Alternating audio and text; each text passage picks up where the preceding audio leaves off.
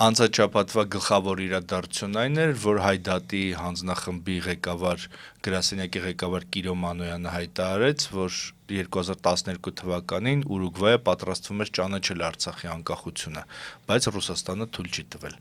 Բարև ձեզ, դուք դիտում եք Խորագիր ոդքասթը, ես Գևորգ Էմինտերյանս, Ավետիք Գերոբյանը եւ Հովհաննես Իշխանյանը կամփոփենք անցաչափածվա գլխավոր իրադարձությունները։ Ողջույն։ Արիո։ Ես կարծում եմ, որ Կիրո Մանոյանի այս հայտարարությունը ամենակարևորն էր, որը ցույց է տալիս, որ մենք իրականում այդքան էլ մեկուսացած եւ անհույս վիճակում չենք եղել, բայց եղել ենք թակարդում, ծուղակում եւ ուրեմն մեր պետության ղեկավարությունը մեզնից թաքցրել է այդ ծուղակը, այդ ուրեմն խութերը եւ մենք ինչու պիտի դրա մասին իմանայինք Արցախը կորցնելուց հետո եւ 12 թվականին դեռևս հնարավոր էր ուրեմն ինչ-որ բաներ ուղղել, ուրեմն ճիշտ ռելսերի վրա դնել ու ցավոք սրտի տեսնում ենք, որ հիմա էլ ուրեմն այս հայտարարությունը ոչ ոք այն ժամանակվա իշխանություններից չի արձագանքում, չի բացատրում, որևէ բացատրություն չի տալիս, որը ինձ համար կոնկրետ շատ տարօրինակ է։ Դա զարմանալի չէ, որովհետև մեր իշխանությունները երկար ժամանակ ամեն ինչ թաքցրել են։ Այսօր զարմանում ես, որ այն ժամանակվա իշխանությունները այսօր դրան արձագանք չեն տալիս, այսօրվա իշխանություններին արձագանք չեն տալու 3 տարի առաջ սկսված Արցախի շրջափակմանը։ Բայց փաստը այն է, որ իրականում Հայաստանի հայ ժողովրդի եւ հայ ազգի կենսական շահերին մեր որևէ իշխանություն հետամուտ չի եղել։ Եթե թույլ են տվել նման բան եւ չեն պայքարել դրա դեմ, ուրեմն պարզ է, որ դու ճիշտ ես Ավետիք ջան։ Ուղղակի սա շատ հարցեր առաջացնող հայտարարություն է, էլի բազմաթիվ հարցեր կան, որոնք ես չգիտեմ ով պիտի պատասխանի։ Ամեն դեպքում 2016 թվականի ապրիլյան շրջանում իմ նվազ գիտելիքների տպավորությամբ այդ հնարավորությունը կար, որ Հայաստանը ճանաչեր Արցախի անկախությունը։ Ինչ վերաբերում է այս հայտարարությանը, ես փորձում եմ հասկանալ Ուրուգվայի տեսակետից, եթե Հայաստանն է այդ բանակցությունների մեջ ու Հայաստանից կախված հետագա ճանաչումները այդ պարագայում ինչպես է լինում, որ մի ուրիշ պետություն է ճանաչում, որը ինքը չի բանակցությունների մեջ։ Դրա համար sense հայտարարություններին ես շատ լուրջ չեմ վերաբերում, մանավանդ այնտեղ բարձվում է արտգործնախարարը պետք է գնալ Արցախ, հետո իրան զանգում են, հետո այդ զանգածի հետ կապված ինքը փոխանցում է Կիրո Մանոյանին, մի խոսքով առաջին ձեռքից չէ, էլի այս ինֆորմացիան, բայց թե 94 թվականին բանից այդ հաղթանակներից հետո, թե ասենք ապրիլյանի 16-ին, կարծում եմ բարենպաստ իրավիճակներ էին ճանաչելու, բայց հետագայում 20 թվականից հետո երբ որ տեսանք, թե մեր զինվորականությունը ոնց պահեց իրան, այսինքն չվերացնելով այդ ռիսկերը, որ Արցախը կկորի, երևում է, որ վերնախավային ինչ-որ որոշումների կայացման վախկոտություն կար, կաշկանդվածություն ու վախկոտություն։ Ես քո հետ համաձայն չեմ։ Մեր մոտ իրականում վերնախավը միշտ մի բան է որոշում, փող աշխատել շատ։ Եվ անձնական շահը համարյա միշտ գերակայել է։ Ես չեմ տեսել մի այսպես պետության ղեկավար, որ անձնական շահին դա կարող լինի կաշկանդվածություն, այսինքն դրա հետևանքով կաշկանդվածություն։ Որոշում հենց անձնական շահով եւ որոշումները մնացած որոշումները ընդունվել են հենց այդ անձնական շահի տեսանկյունից։ Այսինքն կաշկանդված են եղել մյուս հարցով որոշումը ճիշտ կայացնելու, որովհետեւ անձնական շահն է եղել։ Ոչ թե կաշկանդված, այլ հիմնավորված։ Նայ, նոր մշակույթ եմ ուզում մտցնեմ։ Կարաս համաձայնես եւ ավելացնես իմ ասածին, համաձայնում եմ եւ ավելացնում եմ։ Քո ասած ավելացնում է իմ ասածը, ոչ թե հերքում է։ Ընդհանրապես ասած, Ուրուգվային մենք իրականում շատ փոքր տեղ ենք հատկացնում մեր արտաքին հարաբերություններում։ Ինչարից պետք է ասել, որ Ուրուգվայում իհարկե ունենք շատ մեծ թվով հայկական համայնք։ Առաջին ցեղասպանությունը 200,000-ից ավել հայ ապրում Ուրուգվայում, Արգենտինայի հետ միասին մոտ 500,000 հայկական ցակումով այնտեղ համայնք ունենք, եւ Ուրուգվայը իհարկե առաջի պետությունն է, որ պաշտոնապես ճանաչել է հայ ցեղասպանությունը եւ կարող է այժմ էլ կարող է շատ այսպես առաջը մարտիկ լինել եւ դրոշը մեր հետ միասին պահել, մեր դրոշը մեր հետ միասին պահել եւ այս հույսը, որ մենք կարող ենք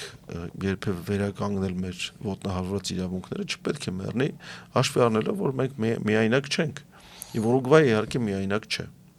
այս հարցում։ Իդեպս նման խոսակցություններ նաև 94 թվականի հետ կապված կային, որ Լևոն Տեր-Պետրոսյանի իշխանությունը այդ ժամանակվա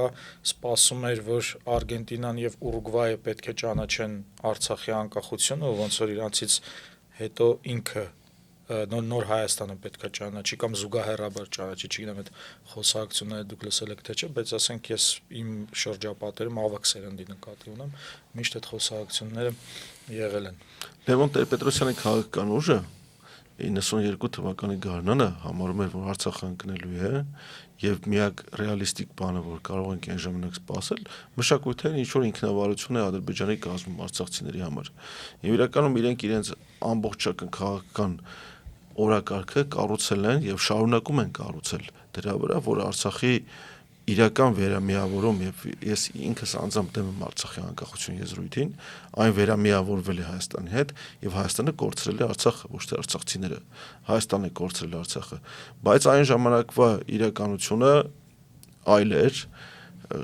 բնակչությունը Արցախի ժողովուրդը եւ հայ ժողովրդի լավագույն զավակները չթողեցին, որ Արցախը ընկնի։ Արցախի իրական հնարավորություններ վերամիավորվել Հայաստանի հետ, սակայն անձնական շահից կամ, չգիտեմ, աշխարհաքաղաքական այլ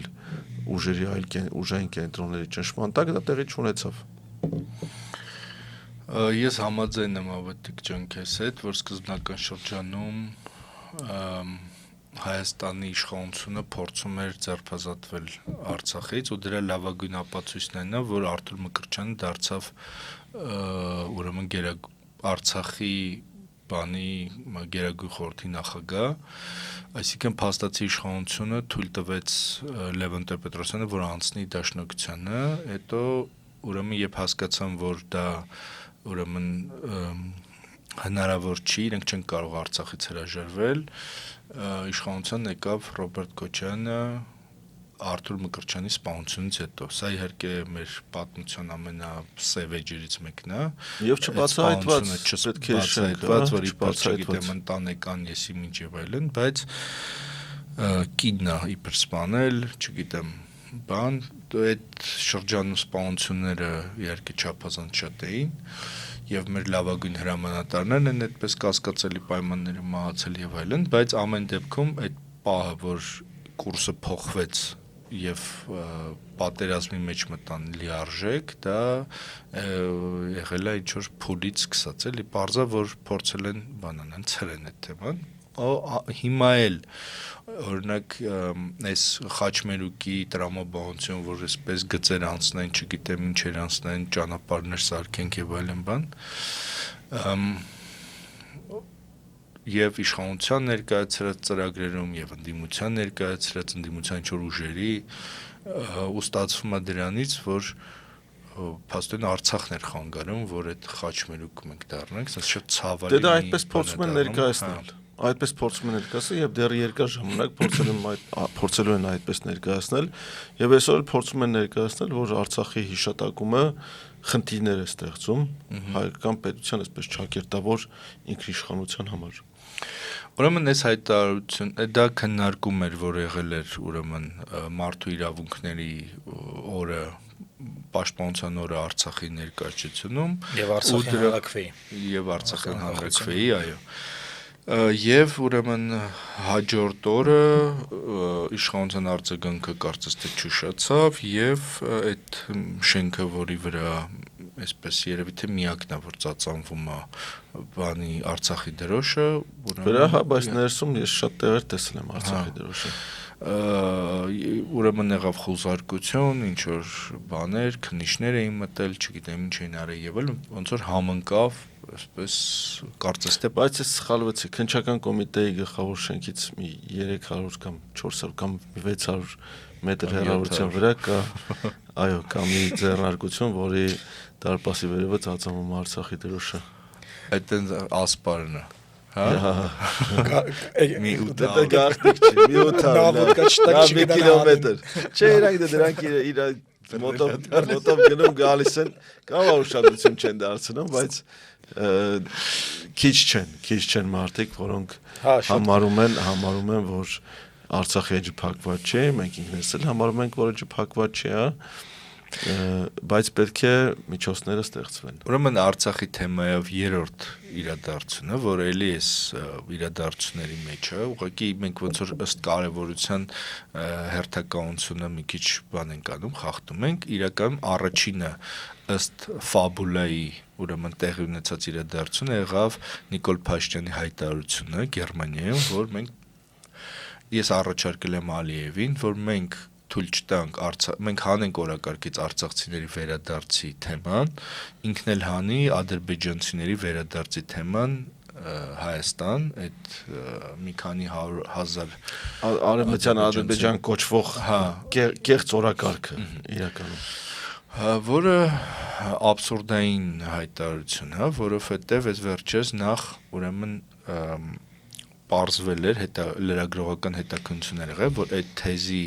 ուրեմն հետևում կանգնած է հենց Ադրբեջան պետությունը, կառավարությունը միջոցները հատկացնում ինչ-որ խմբերի, լոբբիստների եւ այլն, որպեսզի իրենք գրեն, տարածեն, քարոզչություն անեն այս թեմայով, իսկ արցախցիների վերադարձի հարցի վերաբերյալ Հայաստանի կառավարությունը երբեք դիրքորոշում չի արտահայտել, էլ չենք խոսում լոբբիստական բանի մասին, ուրեմն դիրքորոշում հայտարարել են լրիվ հակառակ, այսինքն քո մեջ բերած արտը դիրքորոշում արտահայտում լրիվ հակառակ, որ չպետք է լինի արցախցիների վերադարձի հարցը։ Իրականում ես մի բան էլ ավելացնեմ, դեկտեմբերի 4-ից 5-ը Բաքվում կայացել է միջազգային համաժողով 60 պետություններից հրավիրվածներով, հենց արևմտյան Ադրբեջան այս կեղծ թեզի շուրջ եւ իր հայտարարություններով Նիկոլ Փաշինյան կոչվող անձը իրականում սպասարկում է հենց այդ արևմտյան Ադրբեջան թեզը, արևմտյան Ադրբեջան օրակարգը իրենց դնելով հավասարության նշան իրենց միջև, ասելով, որ արցախցիները իրականում բնական իրավունք է իրենց հայրենի հողի վրա ապրելու եւ ադրբեջանցիների, որոնք ժամանակին հեռացել են, ապրում էին Հայաստանի խորհրդային սոցիալիստական հանրապետությունում եւ հեռացել են առանց այսպես միգուցե նույնիսկ գույքային նշանակալի վնասի։ Ու այս հավասարության նշանը եւ այս առաջարկը, հա, ես կոչում սա փոխադարձության սկզբունքով միակողմանի զիջումների քաղաքականություն, սա Հայաստանի համար իրականում կործանարար քաղաքականություն է եւ մենք չպետք է զլանանք մեզ հիշեցնել, որ այսօր Նիկոլ Փաշինյանի գլխավորած քաղաքական ուժը ծառայում է Հայաստանի թշնամիների շահերին։ Այդ առումով մի բան էլ եղավ այս շաբաթ Ադրբեջանի արտգործնախարարությունը հայտարարեց, որ Հայաստան Եվրամիություն այս սերտացման բանը հակասումը, համաձայնագիրը հակասումը խաղաղության օրակարգին, որովհետև այնտեղ այդ արցախցիների բռնի տեղահանության ձևակերպումը ուրեմն չի համապատասխանում իրականությանը, իբր արցախցիները կամովին են դուրս եկել Արցախից, որը էլի որին Հայաստանը չարձագանքեց։ Բայց ես ուզում նորից վերադառնամ այդ նախորդի մասացին Նիկոլ Փաշինյանի հայտարարությանը, որը կարծում եմ, որ այսպես երկերեսանիության չգիտեմ, մաստեր կլաս է, էլի հերթական մաստեր կլասն է իր կողմից։ Եթե երկու լիներ լավ կլներ։ Հա, շատ բազմեր էսանի է, էլի։ Դե Շիվա Աստվածն է։ Չգիտեմ, անունը լավ չեմ հիշում, հա, բայց մենք մի բանի հետ չպետք է մոռանանք, որ գործ ունենք, որ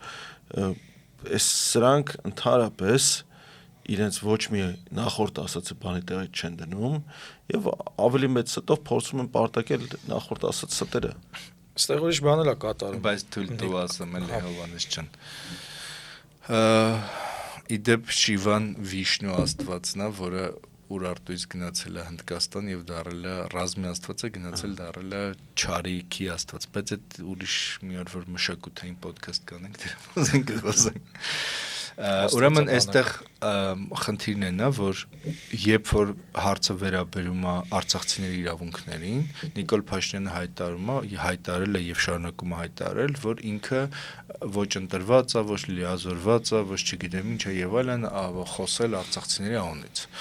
Օրինակ ես հիշում եմ այդ երբ որ ինքը եկել էր Երևանի պետական համալսարան, դա 19 թվականի սկիզբներ, այո։ Այդտեղ ինքը հայտարարեց, որ ամբողջ իր ելույթը տնտեսագիտականի դեկանն էր իրեն հրավիրել, Հայկ Սարգսյանը, կարծեմ նստած է, թե չգիտեմ, իրան էլ բռնեցին։ Ուրեմն Հայկ Սարգսյանն էր հրավիրել, զանգել են Սիմոնյանին, ասել են, որ հանկարծ չգաս այդտեղ ռեկտորին։ Բայց ես որպես մամուլի խոսնակ այդտեղ պետքա ներկա լինեի։ Ինքը խոսեց միայն Արցախի հիմնախնդրի մասին, որտեղ հիմնական միտքն էր, որ ինձ ասեք, թե ինչ գնամ բանակցեմ։ Ես չգիտեմ ինչ բանակցեմ, դուք ինձ պիտի ասեք ինչ բանակցեմ։ Ու դա ապշեցուցիչ բան էր, էլի հայտարարություններ։ Ուրեմն այս հաշվի առնելով այն մնացած ստերը, որ այս ընթացքում խոսվել են, իրականում դա շատ բնական եւ տրամաբանական բացատրություն ունի։ Վրայից գցել ամբողջ պատասխանատվությունը, եւ ստել մինչեւ վերջ։ Հիմա ինքը երբ որ վերաբերում է իրավունքներին, ասում է ես ընտրված չեմ, ես լիազորված չեմ, ես ինչ չեմ։ Բայց երբ որ գալիս է ստորագրում, բայց երբ որ գալիս է սահմանափակելուն, կապիտուլյացիային, չգիտեմ ինչին, հանձնվելուն, ես ինչին, ինքը դա պատասխանատու է, ընտրված է, այդտեղ լիազորված է, այդտեղ էս ինչա եւ 23 թվականի սեպտեմբերի 19-ին թե 20-21-ին հայտարարություն էր անում նաեւ Արցախի ժողովրդի, Արցախի բնակչության ֆիզիկական սպառնալիքների, որ ոչինչ չի սպառնում։ Եվ խոսում էր մինչերոց հենց նրանց անունից։ Ու նրանք էլ Արադ Միրզոյանին հղում այդ բանի ժամանակ, ՄԱԿ-ի անվտանգության խորհրդի նիստի ժամանակ հղում արեցին, որ ձեր վարչապետը այսպեսի բանում, իսկ Արադ Միրզոյանը մի այնպեսի դեմքի արտահայտություն ունեց, որ կարծես չգիտեմ ինչ եւ այլ։ Ու եթե դա կրկես չէր, դա դերասանական խաղ չէր, թատրոն չէր եւ այլն, ինքը անմիջապես հրաժարը կընտար։ Անմիջապես։ Բայց դա մենք գիտենք ինչ էր։ Այո, մենք գիտենք ինչ էր։ Ու բոլորն են գիտեն,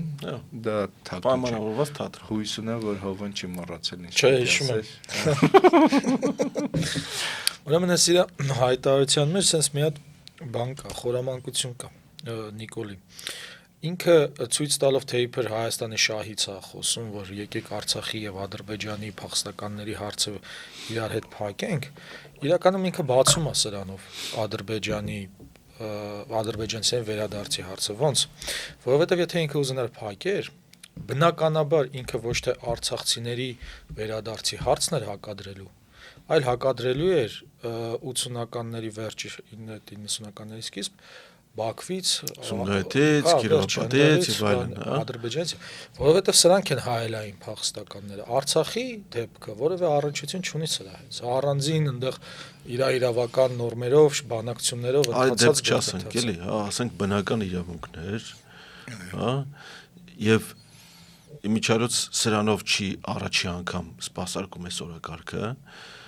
Ալեն Սիմոնյաններով եւ տարատեսակ Թորոսյան Արսեններով եւ մնացած բոլորի բերաններով ադրբեջանցիների հետ համակեցության, հարևանության, առևտրի, այսպես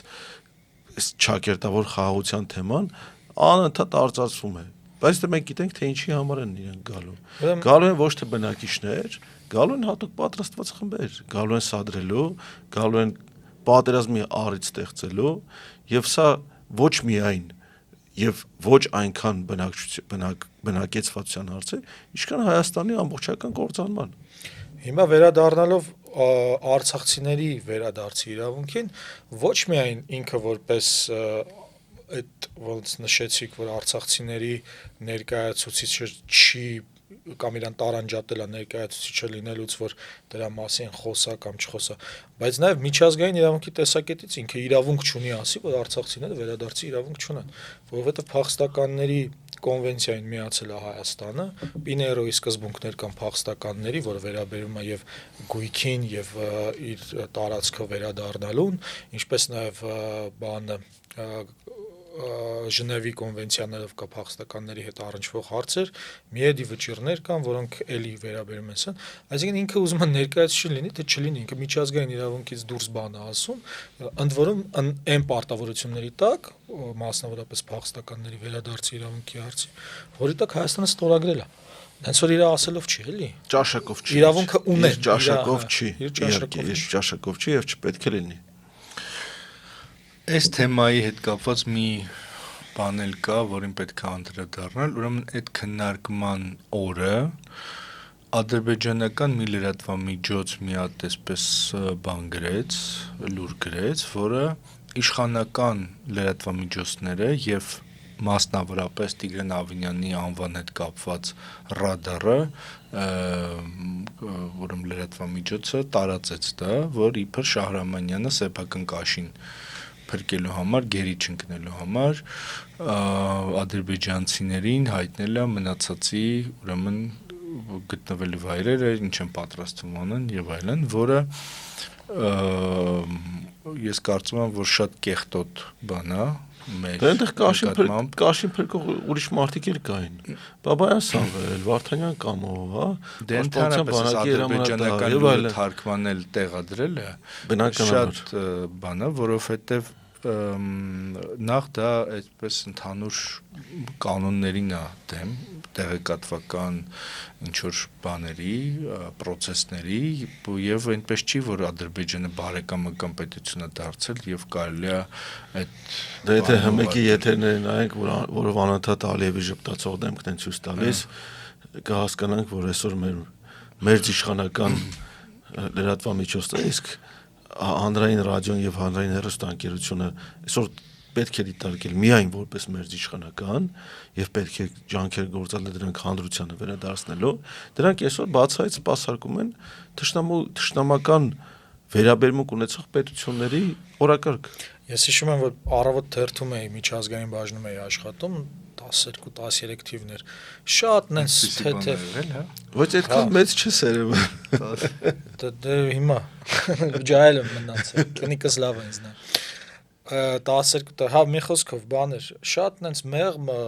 նյութ էի սարքել բանի որի տակ թաքնված ադրբեջանական քարոզ կար, բայց պետք է դες լավ աչք ունենայի, էլի որ հասկանայի, դե այդ ժամանակ իրանք հանեցին այդ նյութը, ինձ բան արեցին, էլի նկատողություն արեցին, որ ուշադիր լինեմ հաջորդ անգամ։ Այն ժամանակ այդ թաքնվածը տենց տալը, ասենք պրոբլեմ էր, հիմա չեմ հիշում նյութը կոնկրետ ինչի մասին է, բան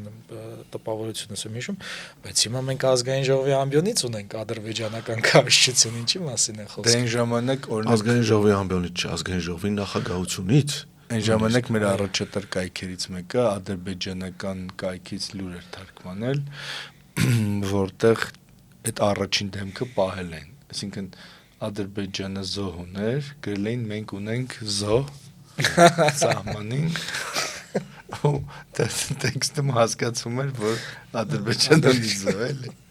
Դա իդեպ առաջին եմ կայքներ։ Երբ մի հատ էլ լուր կա, որը մի քիչ չճշտված բան է այս թեմայով, որ գիտական թեմա է հաստատվել, քանի որ դա վերջնական հրապարակված չի, ես գիտեմ իմ գոլեգաներից, գիտական թեմա է հաստատվել հայ-ադրբեջանական համակեցությունը, բայց դեռևս այդ թեմաները վերջնական հրապարակված չեն, սա պետք է ճշտել։ Ես դες խոստանում եմ, որ հետո մանրամասն սրա մասին։ Դե չպետք է մոռանալ, որ թողտան սխկանի էլի։ Հովանեսյան ինստիտուտը այդ հարցերով չէր զբաղվում, գախնի բոլորիցս $500,000 էին տվել։ Վերջերս բացահայտվեց։ Բայց դա ուրիշ հեղափոխությունն է։ Էլի կանեն, էլի կանեն։ Եթե լավ են արել, եթե արդեն էլ կարիքը չկար գախնի պահելու օգոստոսի 8-ի այդ բանը կքվեց։ Բայց արդեն կարան բանով չանեն, արդեն դոլարով չտան, մենք էս մանաթով փոխանցում։ Մանաթով փոխանցում։ Երևի այդ դրամը, որը կփոխանցեն Հայաստանում գործող հիմնադրամին, մանաթից էլ կոնվերտացիա արած կլինի։ Ես հիշում եմ, որ մի ժամանակ մանաթ վաճառվում էր Երևանում։ Ես էլ տոն ունեմ։ Չէ, դες չէ որ բայց բանում մետրոյի տակ բարեկամության, այնպես որ մարդիկ կային, որ գոռում էին, 90-ականին $1 գովի շուկայում լիքը որտեղ լինում էր, որ մանաթել էին ծախում, Վերջի անգամ Միչելոց այդ փողոցում արտարժույթի առաջարկին հանդիպել եմ սրանից մի 5 տարի առաջ Գյումրի $1 առնում ռուսականով։ Որտեղ լինում էին նաև բաներ, մանաթներ, որոնք վնասված էին լինում, էլի, փամփուշտից, չգիտեմ ինչից։ Տեսել Սահմանից եկած լիսի ջնիկ փոքր երեխայի, բայց դա հիշում եմ։ Ուրեմն այս թեմատիկայով մյուս ինձ թվում է ավելի կարևոր նյութն այն է, որ արդեն Հայաստանը պատրաստվում է Ադրբեջանից նավթ ու նավթամթերք բանանելուն, ներմուծելուն, ասում էին, որ Վրաստանը 40 անգամ ավելի շատ բանա սահմանել այդ նավթի անցման համար, ադրբեջանցին ինչ-որ բողոքել են Միացյալ Նահանգներին, Վրաստանը հայտարարել է, որ առաջին խմբականակը անվճար կանցկացնի։ Մեկ անգամ, այո, տարանցիկ անվճար կանցնի, եւ կար փորձագետի կարծիք, որ Հայաստանը նավթամշակման գործարան չունի ու այդ նավթամթերքը անհասկանալի է թե ինչ են կանելու։ Բայց ամեն դեպքում ես կարծում եմ, որ սա շատ տրամաբանական բան է, որ մեզ նստեցնեն ադրբեջանական էժան բենզինի, էժան, չգիտեմ, նավթամթերքի վրա եւ սկսեն ասել, որ նայեք ինչ լավ բան է բարեկամությունը, իհարկե բարեկամությունը լավ բան է, բայց նայած ինչ գնով եւ ինչպես էլ է։ Դե գիտես, լիքը լուրեր կան, որ տարբեր բենզալացականներ այսօր էլ վաճառում են ադրբեջանական բենզին, եւ դրա մասին խոսում են։ Շուկան էլ գիտի դրա մասին, երբեմն դեմպինգ են անում, որ կարողանան նորից առնեն, բայց պետք է ուշադրություն դարձնենք, թե այս լուրը որտեղից եկավ։ Պարզվեց Գաբալայում, այս սահմանազատման, սահմանագծման համատեղ հանձնաժողովի նիստի ժամանակ է դա պայմանավորվել, եւ եկեք չմոռանանք էլի այդ հանձնաժողովը ինչ մանդատ ունի, ընդհանրապես ինչ գործառույթներ ունի եւ ինչ գործառույթներ չունի։ Հիմա այդ հանձնաժողովի նախագահները, որոնք փոխվարչապետների կարգավիճակ ունեն Հայաստանում էլ Ադրբեջանում էլ, մեկ էլ կարող է պարզվի, որ իրենց պաշտոնական դիրքը օգտագործում են անձնական բիզնես զարգացնելու համար։ Չպետք է մոռանանք, որ Ադրբեջանում բոլոր պաշտոնյաները անձնական բիզնես ունեն, ինչ որ բանի վրա կարգված են։ Այսինքն ունեն իրենց կերակրը տաշտակը։ Հիմա բնական հարց է ցակում, այս սահմանազատման, սահմանագծման հանձնաժողովները, համատեղ կամ համատեղ հանձնաժողովը, ինչ ունեն անելու։ Մենք հողի վրա ինչ ունենք արած, իրականում ոչինչ չունենք արած այդ հանձնաժողովների աշխատանքի արդյունքում, այն ինչ որ անցյալ տարի Տավուշում տեղի ունեցավ, դա բացարձակ ապօրինի գործընթաց էր, այն ժամանակ որևէ օրինական հիմք չկար այդ գործընթացը իրականացնելու, որևէ բան չկար, այն էլ ինչ որ ակնկալում էին, որ կստեղծվի այդ հանձնաժողովը,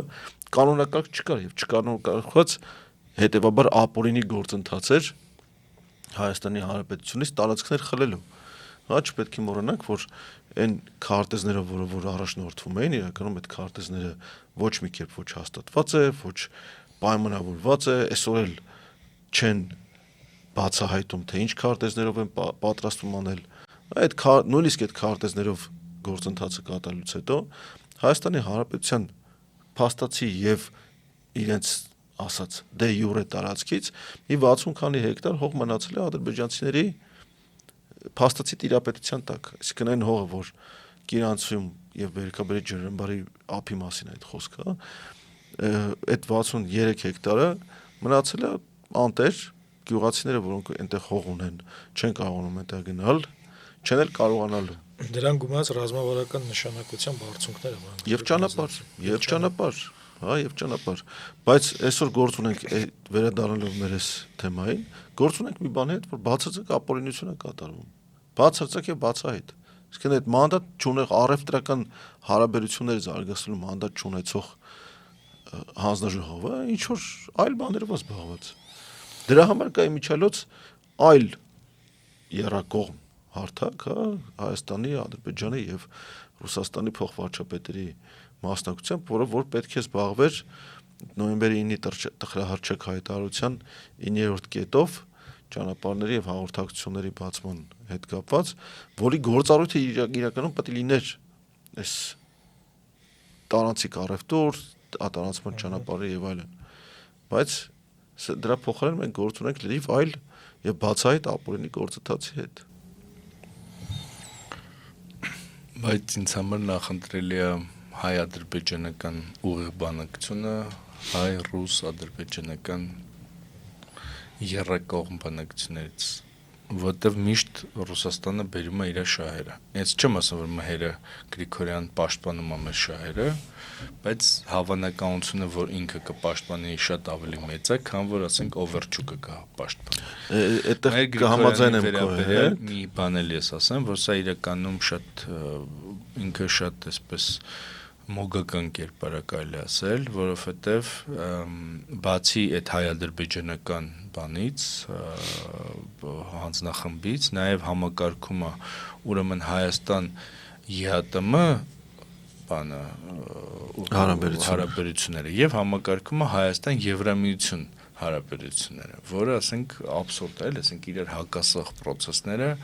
անում է մի մարդ, որը իբր Հայաստանը գնում է Եվրամիություն։ Ոչ միայն հակասող, իրար բացառող process-ներ։ Սա էլ այդ Փաշինյանական ճկուն ընդ որում բացառում են նաև եւ Եվրամիությունը, հա, եւ Ռուսաստանը։ Իդեպ Օվերչուկը շաբաթ հայտարարել էր, որ Հայաստանը ինչ-որ փուլի պետք է ընտրություն կատարի ԵԱՏՄ-ի եւ Եվրամիության միջեւ։ Եվ այդ բացառելու պահանջը կա եւ Եվրամիությունից եւ ԵԱՏՄ-ից։ Ինձ թվում է, երբ որ այս process-ը ուծախողվի, Նիկոլ Փաշինյանը մեր Գրիգորյանի վրա կգցի, կասի ինքներ, բան, ինքնագլուխ բաներ էր որոշել, գնում էր ստեղից էր խոսում, այնտեղ են։ Ես կանխատեսում եմ արդեն, որ մի օր կասեն դե ԵԱՏՄ-ի հետ էլ չի ստացվում, ԵՄ-ի հետ էլ չի ստացվում, մնացին մենակ Թուրքիան ու Ադրբեջանը։ Մեկ պետություն, երեք ազգ։ Դե չեն ասել դες։ Մեծ ազգ չեն։ Եթե դրան հասավ, եթե դրան հասավ, ապա Հայաստան նույնիսկ տեղանունը չեն թողնել քարտեզների մեջ։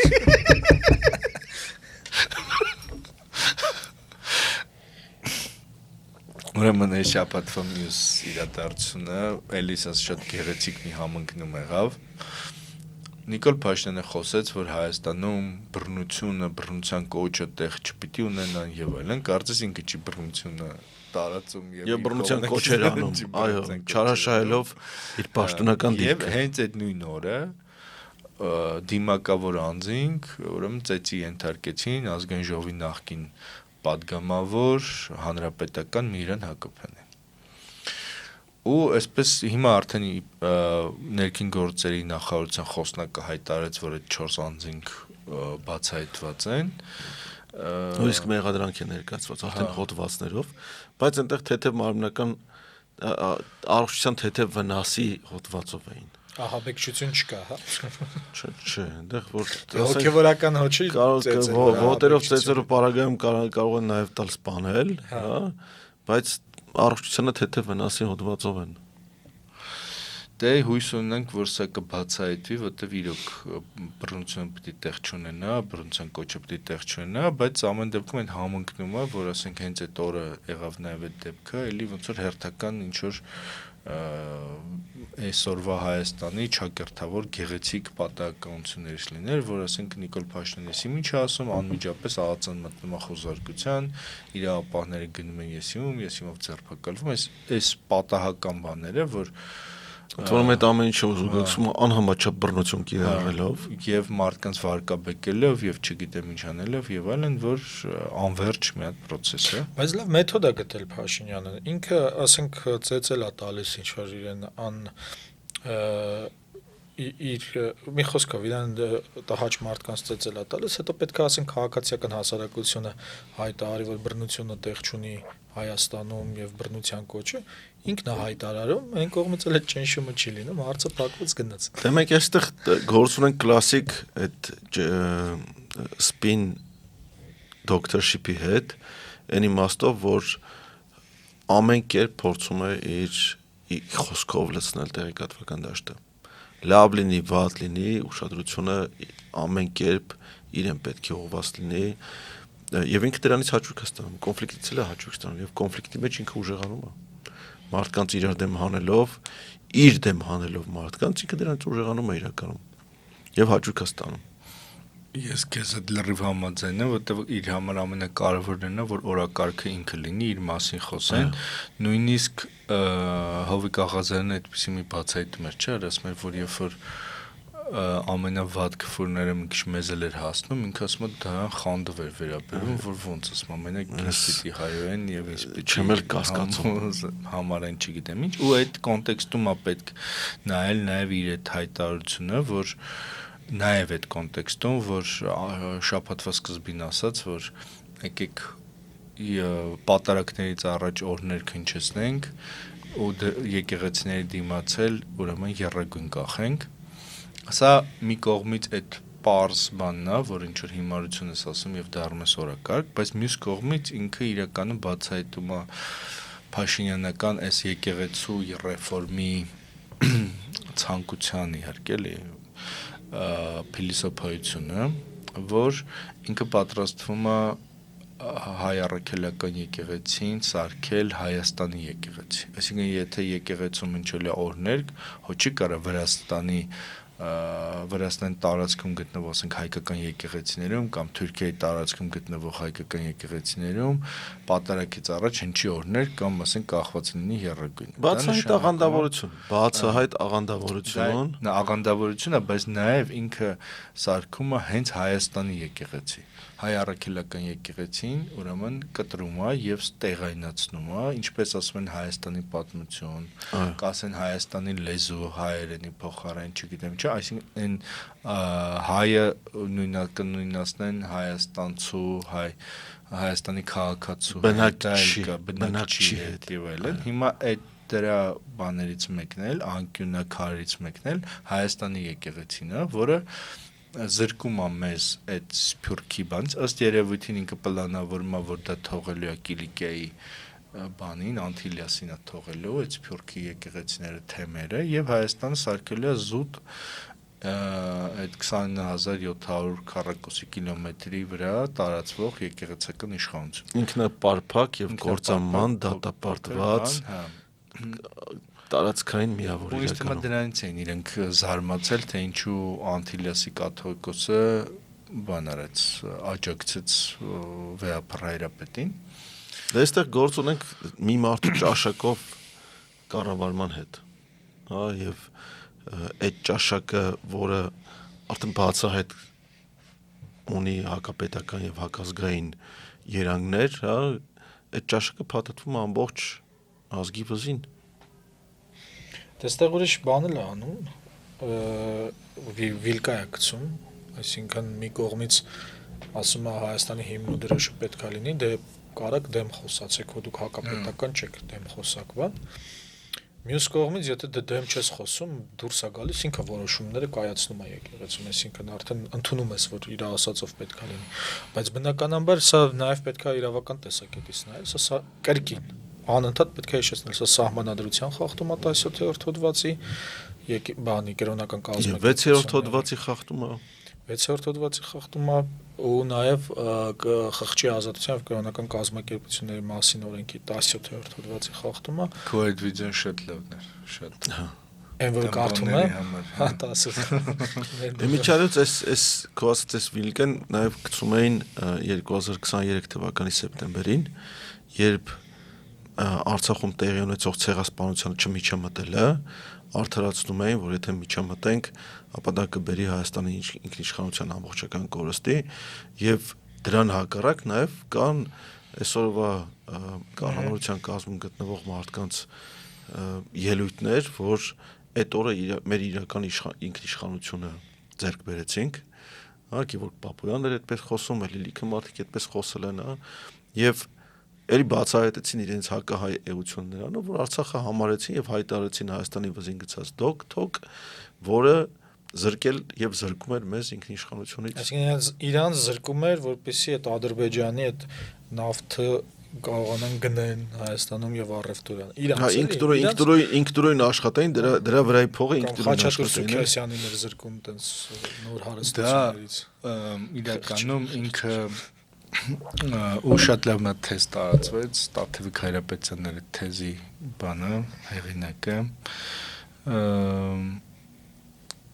Ես նախանձով եմ նայում, որ իր մտքում այդ բանը ծնվել, որ նոյեմբերի 9-ը փաստորեն իրանք համարում են հաղթանակի անկախության օր։ Այսինքն ինչ-որ մի փուլ հետո ԿՊԱ-ականները սկսել են նոյեմբերի 9-ը նշել որպես բանի օր, անկախության օր։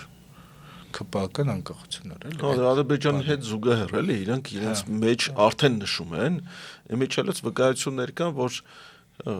տարբեր նախարարներ այդ ժամանակ կառավարության, այսինքն 20 թվականի պատերազմի ժամանակ կառավարության կազմում եղած համարել են, որ սա հաղթանակ է։ Իրանց համար հաղթանակ է։ Դե հիմա մտ լավ բան մտածի, որ փակենք մեր հաղորդումը։ Կլինի ես լավ բաները ասեմ, անցած շաբաթվա լավ բաները։ Այո։ Անցած շաբաթվա լավ բաները նա էր, որ Գյումրիում սրանք խայտարակ եղան ու գյումրեցիք թե 7 վերքում իրանց ասելիքը ասացին Անահիտ Ղազարյան, որ arczepiskopos Աչապահյանի անունը ու կաթողիկոսի անունը հնչեցրեց ու վերևից աղջիկներ կային, որ երկեցին այդ հատվածը։ Ես նրանցից մեկին ճանաչում եմ Տաթևին Սարգսյան, որը նախկինում պարեկ էր։ Հա։ Հա, մի հատ ողջունենք իրանց։ Ողջունենք, ապրեն։ Նաև են կանայք են, որ բանը գնացին այդ բանի հետևներից տեսակ։ Հա, լարեցին իրենց այնտեղից փաստացի։ Ինչպես նաև Սուրբ Սարգիս եկեղեցում պատարակը պատշաճ անցկացվեց, որևէ գրաքննություն չկար, բան չկար, բայց այս տեմպը պետքա շարունակել։ Հիմա երևում է, որ նահանջել է, այսինքն գյուղական եկեղեցի է գնում, հա, փակ համայնքի եկեղեցի է գնում նորից այգեշ։ Չէ, բայց դեկտեմբերի 7-ին խորհրդանշական էր, որ գնաց Գյումրին պղծելու։ Հա, բայց չստացվեց ուզում եմ ասեմ, էլի դա կարևոր է, որ այսինքն արդեն մեծը վերցրեց եւ չկայացավ կուլ տալ, բայց պետքա նկատի ունենալ, որ հիմա թեթև նահանջ են անելու, մենք ժամանակ ենք շահել, բայց պետքա նորից կարողանանք այդ ուժերը կենտրոնացնել, թույլ չտալ, որ սահմանադրախախտը շարունակի կարգ ու կանոնը խախտել։ Ուր գնում է պետքա կարգ ու կանոնը վերականգնվի։ Այդ լավ է, այդ մի լավ է։ Լավ, ես չփչացրեմ քո լավ տրամադրությունը։ Դե, ուրեմն այս լավ նոտայով ավարտենք մեր այս շաբաթվա ամփոփումը։ Մեր հետևորդներին հիշեցնենք, որ իրենք դիտում են խորագիր հաղորդաշարը, մենք ամփոփում ենք անցած շաբաթվա կարևոր իրադարձությունները, կհանդիպենք մյուս շաբաթ։ Ստեսություն։ Ստեսություն։